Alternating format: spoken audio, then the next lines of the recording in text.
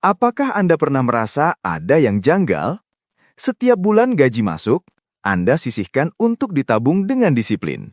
Tapi anehnya, angka di rekening seperti jalan di tempat. Bahkan, kadang terasa makin tertinggal. Kalau Anda merasakan ini, berita baiknya, banyak orang Indonesia mengalami hal serupa. Namun, berita yang kurang menyenangkan, sebagian besar dari kita tidak sadar bahwa cara kita mengelola uang selama ini justru membuat kita sulit maju. Hari ini, kita akan membedah fakta mengejutkan yang jarang diungkap secara terbuka. Uang yang tersimpan rapi di rekening tabungan sebenarnya kehilangan kekuatannya setiap hari. Kedengarannya mustahil? Mari kita buktikan dengan data nyata. Sejak kecil, kita selalu diajarkan menabung adalah jalan menuju kemakmuran. Namun, ada sisi lain dari cerita ini yang tidak pernah diceritakan. Dan sisi gelap inilah yang akan kita bongkar tuntas. Di video kali ini, saya akan membuka mata Anda tentang cara kerja uang yang sesungguhnya. Aturan main yang tidak diajarkan di bangku sekolah. Sebelum lanjut, jangan lupa tekan tombol subscribe dan aktifkan loncengnya untuk asupan otak. Kenapa? Karena pengetahuan tentang keuangan seperti ini bisa mengubah arah hidup Anda secara drastis. Baiklah, mari kita mulai dengan pertanyaan yang mungkin membuat Anda tidak nyaman. Bagian 1. Ilusi menabung. Pernyataan saya mungkin terdengar berlebihan. Bagaimana bisa menabung yang selalu dianggap baik justru merugikan? Untuk memahaminya, kita perlu mengenal satu konsep penting, inflasi. Inflasi adalah kondisi di mana harga-harga barang naik dari waktu ke waktu. Ini bukan teori kering, tapi realitas yang Anda rasakan saat belanja. Coba ingat-ingat, mie instan yang sekarang Rp3.000 dulu hanya Rp1.000. Bensin yang sekarang di atas Rp10.000 per liter dulu cuma Rp5.000-an. Semua harga naik terus. Pertanyaannya, apakah tabungan Anda naik dengan kecepatan yang sama? Mari kita hitung konkret. Anda menabung 10 juta dengan bunga bank 2% setahun. Akhir tahun dapat tambahan 200.000. Lumayan? Tunggu dulu. Inflasi rata-rata Indonesia sekitar 3 hingga 4% per tahun.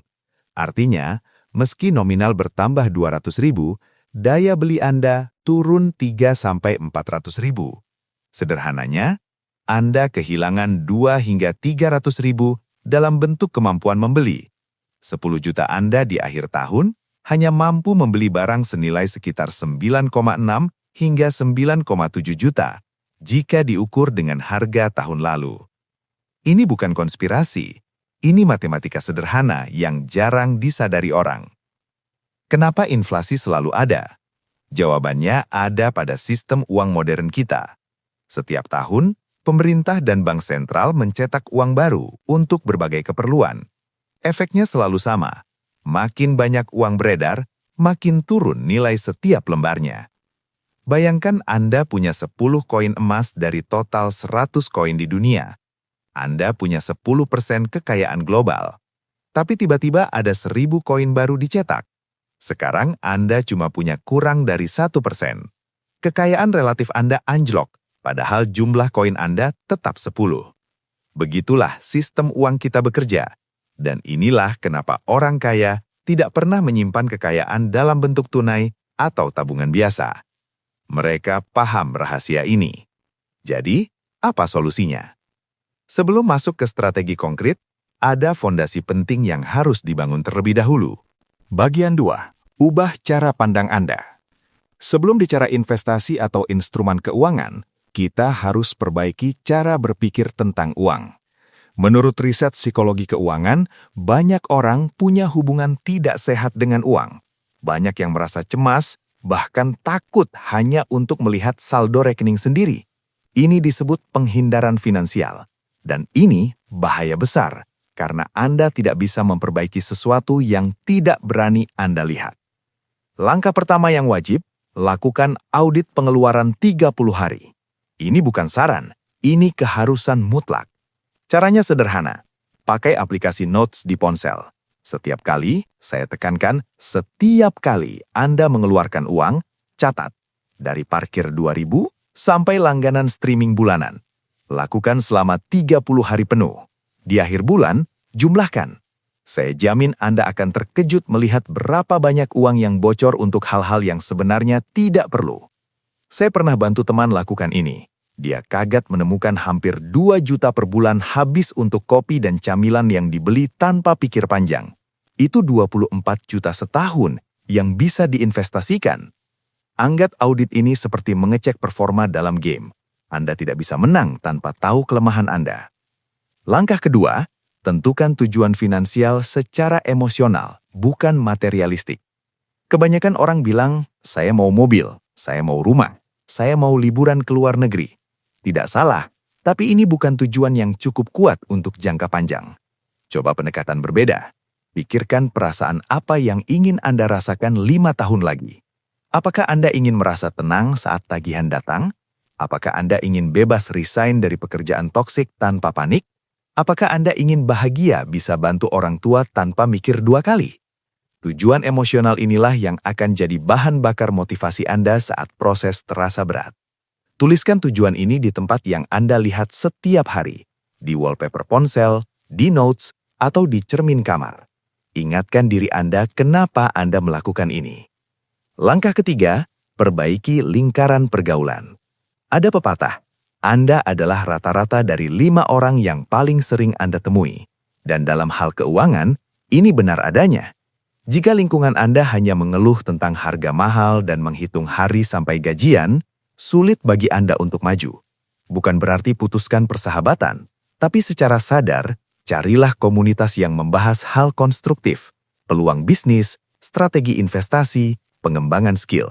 Anda bisa gabung komunitas online, ikuti forum investasi, atau follow akun media sosial yang edukatif tentang keuangan. Energi dari lingkungan yang tepat itu menular, plus peluang bisnis sering datang dari percakapan santai. Jangan lupa subscribe channel Asupan Otak, karena di sini saya akan terus bagikan wawasan finansial praktis yang jarang diajarkan di tempat lain. Ketiga fondasi ini, audit keuangan, tujuan emosional dan lingkaran yang tepat, adalah prasyarat sebelum berinvestasi. Sekarang, mari masuk ke bagian yang paling ditunggu, bagaimana membuat uang Anda bekerja untuk Anda. Bagian 3. Siapkan modal investasi. Sebelum bisa berinvestasi, Anda butuh modal. Banyak orang langsung menyerah karena merasa gaji pas-pasan. Jawabannya bukan menunggu kenaikan gaji atau berharap dapat warisan. Jawabannya adalah menciptakan penghasilan tambahan. Kabar baiknya, di era digital ini, ada ribuan cara menghasilkan uang ekstra dengan skill yang Anda miliki. Setiap orang memiliki sesuatu yang mereka kuasai lebih baik dari orang lain. Anda tidak perlu jadi ahli level dunia untuk menjual skill Anda. Misalnya, Anda jago Canva, buka jasa desain CV atau konten media sosial untuk UMKM. Banyak pemilik usaha kecil mau bayar untuk konten visual menarik, tapi tidak punya waktu membuatnya. Fasih bahasa Inggris? Tawarkan jasa editing atau jadi tutor online. Suka menulis? Tawarkan jasa copywriting untuk website atau blog. Jago mengatur jadwal? Jadi virtual assistant untuk entrepreneur sibuk. Kuncinya, mulai dengan ekspektasi realistis. Anda tidak akan langsung dapat jutaan di bulan pertama. Tapi kalau bisa jual 1 jam waktu Anda 50.000, dapat 10 klien per bulan, itu sudah 500.000 tambahan untuk investasi. 500.000 mungkin terdengar kecil, tapi jika diinvestasikan konsisten dengan return 10% per tahun selama 20 tahun, Anda akan punya lebih dari 300 juta rupiah. Itu kekuatan konsistensi dan bunga berbunga. Yang penting, ambil langkah pertama. Jangan terjebak terlalu banyak mikir sampai tidak pernah action. Mulai dengan 1 skill, 1 platform, 1 target pasar. Sekarang Anda punya mindset benar dan mulai bangun modal investasi. Mari masuk ke inti. Di mana menempatkan uang agar bisa tumbuh melawan inflasi? Bagian 4. Pahami perbedaan uang dan aset. Untuk memahami strategi investasi yang tepat, pahami dulu perbedaan mendasar antara uang tunai dan aset. Izinkan saya pakai analogi yang mudah dipahami. Bayangkan uang tunai, termasuk tabungan bank, sebagai kertas biasa. Mudah dibuat dan terus dicetak setiap saat. Sekarang, bayangkan aset seperti properti, emas, saham perusahaan solid, atau cryptocurrency tertentu sebagai mesin printer. Mesin printer ini jumlahnya terbatas dan tidak bisa diproduksi sembarangan. Pertanyaannya, apa yang terjadi ketika pemerintah terus cetak kertas baru, sementara jumlah mesin printer relatif tetap? Jawabannya sederhana. Harga mesin printer akan terus naik kalau diukur dengan kertas. Itulah kenapa harga rumah, emas, saham perusahaan besar, bahkan Bitcoin cenderung naik jangka panjang. Bukan karena aset-aset itu makin berharga secara intrinsik, tapi karena uang yang mengukur nilainya terus kehilangan daya beli. Orang kaya paham konsep ini dengan sangat baik. Makanya mereka tidak pernah simpan kekayaan dalam bentuk tunai jangka panjang.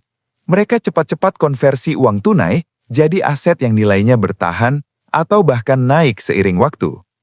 Tugas kita yang masih dalam perjalanan menuju kebebasan finansial adalah sama. Tukar kertas kita dengan mesin printer secepat dan sesering mungkin. Tapi tidak semua mesin printer kualitasnya sama. Begitu juga dengan aset. Ada yang risikonya rendah dengan return stabil, ada yang risikonya tinggi, tapi potensi untung juga besar. Kunci investasi bijak adalah memahami profil risiko Anda sendiri, jangka waktu investasi, dan tujuan finansial yang sudah ditetapkan tadi. Tidak ada satu strategi cocok untuk semua orang, tapi ada prinsip umum yang bisa diterapkan. Untuk mayoritas orang yang baru mulai, yang terpenting bukan mencari instrumen dengan return tertinggi, melainkan membangun kebiasaan investasi yang konsisten. Warren Buffett pernah bilang, investasi terbaik yang bisa Anda lakukan adalah pada diri sendiri. Tapi setelah investasi pada skill dan pengetahuan, langkah berikutnya adalah biarkan uang bekerja untuk Anda. Dan untuk itu, pahami berbagai jalur investasi yang tersedia. Bagian 5. 3 jalur investasi utama. Mari bahas 3 jalur utama yang bisa Anda pilih sesuai kepribadian dan toleransi risiko. Jalur pertama, investor santai. Ini jalur yang saya rekomendasikan untuk 90% orang yang baru mulai. Cocok untuk Anda yang punya pekerjaan tetap, tidak banyak waktu luang untuk riset mendalam, dan tidak tertarik pantau grafik setiap hari. Strategi utamanya adalah beli keranjang saham lewat reksadana indeks. Apa itu reksadana indeks? Bayangkan Anda beli keranjang berisi potongan kecil dari ratusan perusahaan terbesar. Alih-alih pilih 1-2 saham yang mungkin naik turun drastis, Anda sebarkan risiko ke banyak perusahaan sekaligus. Contoh terkenal adalah S&P 500, indeks dari 500 perusahaan terbesar Amerika seperti Apple, Microsoft, Amazon, Google. Kenapa ini cerdas? Karena secara historis, S&P 500 memberikan return rata-rata 10% per tahun jangka panjang. Ada tahun turun seperti krisis 2008 atau pandemi 2020, tapi dalam 10, 20, 30 tahun, trennya selalu naik. 10% mungkin tidak spektakuler dibanding cerita orang dapat profit ratusan persen dari trading kripto, tapi 10% konsisten dan stabil jauh lebih berharga daripada mengejar untung besar dengan risiko tidak terukur. Pilihan lain lebih agresif tapi tetap santai adalah Nasdaq 100. Fokus pada perusahaan teknologi. Return historisnya lebih tinggi, 15-18% per tahun, tapi volatilitasnya juga lebih besar. Kunci jalur santai ini adalah konsistensi. Anda tidak perlu coba nebak waktu tepat beli atau jual. Cukup beli rutin, misalnya setiap tanggal gajian, terlepas harga naik atau turun. Strategi ini disebut Dollar Cost Averaging atau DCA, dan ini senjata ampuh hilangkan emosi dari proses investasi. Jalur kedua, investor aktif. Jalur ini untuk Anda yang punya waktu, minat, dan kemauan belajar mendalam tentang pasar modal. Anda akan riset sendiri, baca laporan keuangan, analisis tren industri, dan buat keputusan berdasarkan analisis pribadi. Potensi return memang bisa lebih tinggi. Ada investor yang berhasil dapat keuntungan 30%, 50%, bahkan 100% setahun dengan pilih saham tepat di waktu tepat. Tapi risikonya jauh lebih besar. Banyak investor aktif yang kehilangan 30%, 50%, bahkan lebih karena salah analisis atau terjebak emosi saat pasar bergejolak. Jalur ini butuh dedikasi penuh. Anda harus terus belajar, ikuti berita ekonomi, pahami fundamental perusahaan, dan punya mental kuat untuk tidak panik saat portfolio merah. Kalau modal masih terbatas dan Anda masih pemula, saya sangat tidak rekomendasikan jalur ini. Lebih baik mulai dengan jalur santai sambil terus belajar. Jalur ketiga, cryptocurrency. Ini jalur paling kontroversial dan paling berisiko, tapi juga memberikan potensi return paling tinggi dalam dekade terakhir. Bitcoin misalnya adalah aset dengan performa terbaik sepanjang dekade 2010-2020. Orang yang beli Bitcoin tahun 2015 dan tahan sampai sekarang sudah dapat return ribuan persen. Untuk generasi muda yang merasa terlambat masuk game investasi karena harga properti sudah mahal, saham blue chip sudah tinggi, kripto bisa jadi peluang kejar ketertinggalan lebih cepat. Tapi ada sisi gelapnya yang harus Anda pahami sangat jelas. Cryptocurrency sangat volatil. Harga Bitcoin bisa turun 30% dalam seminggu tanpa alasan jelas. Pernah Bitcoin turun lebih dari 70% dari puncaknya dan butuh bertahun-tahun untuk recovery. Kalau Anda tidak siap lihat portfolio minus puluhan persen, kalau Anda tidak bisa tidur nyenyak saat nilai investasi tiba-tiba anjlok separuh, jangan masuk ke kripto. Perlakukan cryptocurrency seperti tiket lotre yang punya fundamental. Investasikan hanya uang dingin yang benar-benar tidak akan Anda butuh untuk 5-10 tahun ke depan. Aturan emas saya untuk kripto, alokasikan maksimal 5-10% dari total portfolio. Kalau masih muda dan agresif, mungkin sampai 20%, tapi tidak lebih. Bagian 6. Strategi DCA, senjata rahasia.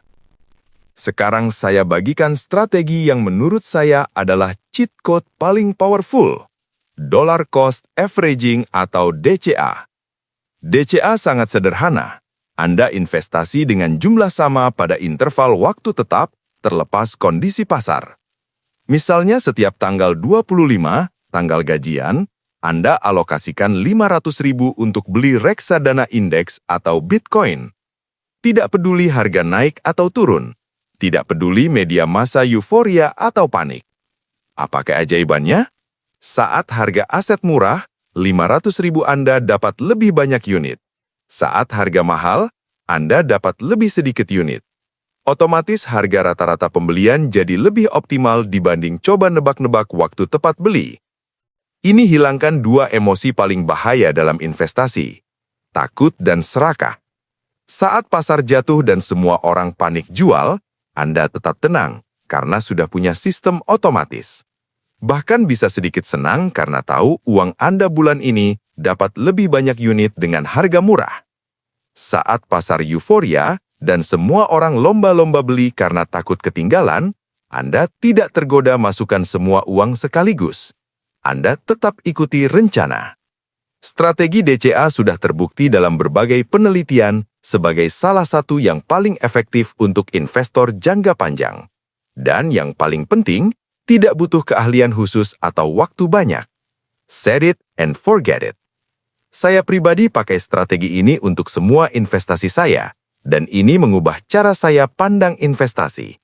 Tidak ada lagi stres coba nebak pasar naik atau turun besok. Tidak ada lagi FOMO saat lihat orang lain dapat profit besar. Saya fokus pada proses, bukan hasil jangka pendek. Bagian 7.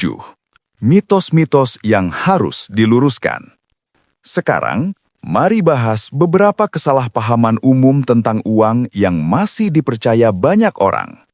Mitos pertama, beli rumah adalah investasi terbaik.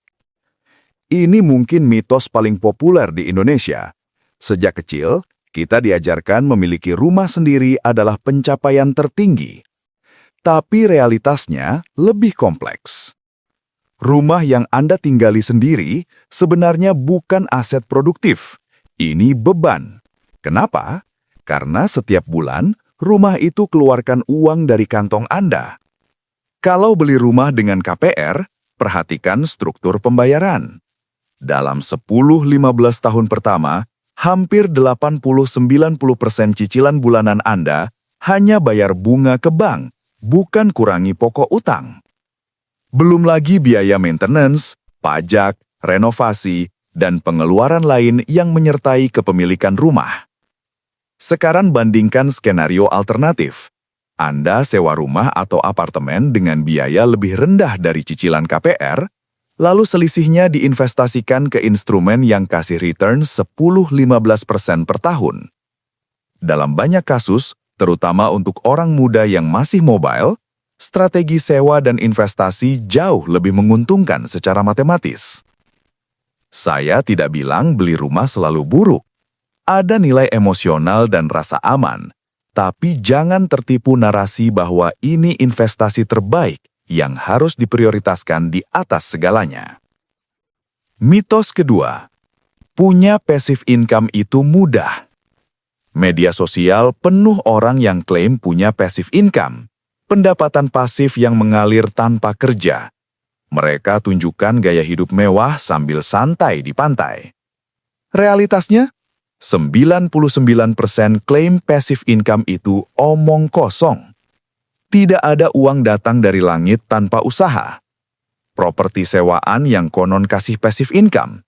Anda harus urus penyewa bermasalah, perbaikan atap bocor, komplain tetangga, dan segudang masalah lain.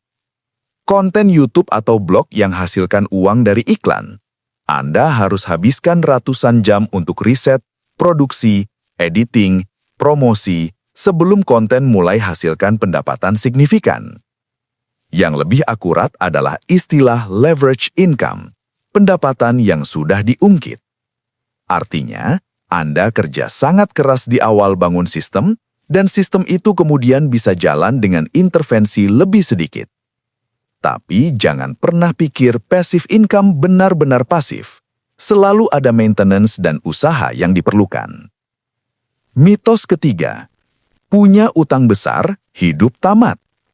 Banyak orang terjebak utang konsumtif, kartu kredit, pinjol, atau utang pribadi, merasa hidupnya tidak ada harapan. Saya ingin tegas, ini tidak benar. Kalau terjebak utang, yang Anda butuh adalah strategi jelas dan disiplin tinggi untuk keluar dari lubang tersebut. Pertama, hentikan total semua pengeluaran tidak esensial. Potong gaya hidup sampai ke tulang. Tidak ada lagi kopi kekinian, makan di restoran, atau belanja online impulsif. Kedua, jual barang yang tidak dibutuhkan. Smartphone terlalu mahal, sepatu branded jarang dipakai, gadget menganggur, likuidasi semuanya dan pakai uangnya bayar utang.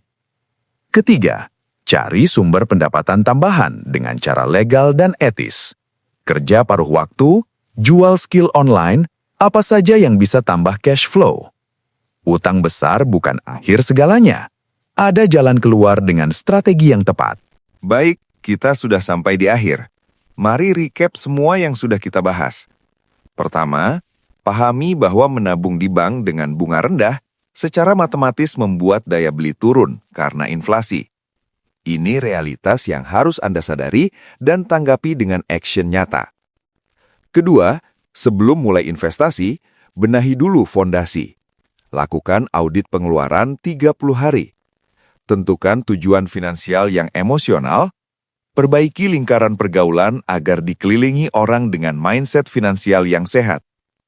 Ketiga, bangun modal investasi dengan ciptakan penghasilan tambahan. Jual skill yang Anda miliki. Setiap tambahan 500.000 per bulan sangat berarti jika diinvestasikan konsisten. Keempat, pahami perbedaan fundamental antara uang tunai dan aset. Tugas Anda konversi uang tunai jadi aset secepat dan sesering mungkin. Kelima, pilih jalur investasi sesuai profil resiko dan gaya hidup.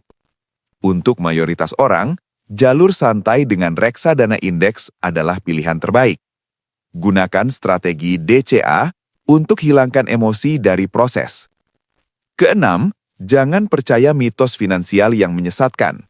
Beli rumah bukan selalu investasi terbaik. Passive income tidak pernah benar-benar pasif. Utang besar bukan akhir segalanya.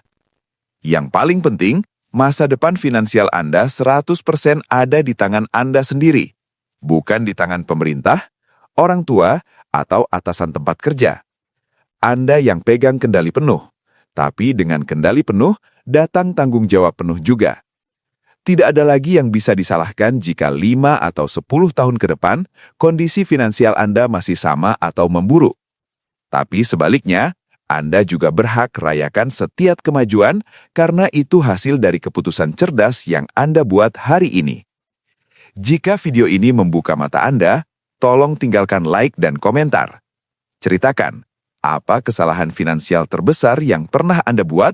Dan setelah nonton video ini, apa langkah pertama yang akan Anda ambil? Interaksi Anda sangat berarti karena bantu algoritma YouTube rekomendasikan konten edukatif seperti ini ke lebih banyak orang yang membutuhkan. Dan jangan lupa subscribe channel Asupan Otak dan nyalakan notifikasi supaya tidak ketinggalan konten berikutnya. Saya berkomitmen terus bagikan wawasan finansial praktis untuk kehidupan sehari-hari. Informasi seperti ini tidak diajarkan di sekolah formal. Kita harus belajar sendiri, dan channel ini hadir bantu proses pembelajaran Anda. Mari sama-sama belajar, bertumbuh, dan capai kebebasan finansial yang kita impikan. Ingat, perjalanan 1000 mil dimulai dengan satu langkah kecil.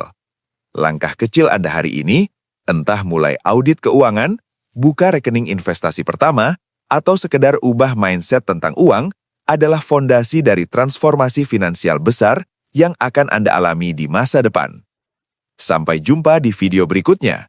Tetap semangat dalam perjalanan finansial Anda, dan ingat, Anda punya kendali penuh atas masa depan finansial Anda sendiri. Terima kasih sudah nonton sampai akhir. Salam dari Asupan Otak.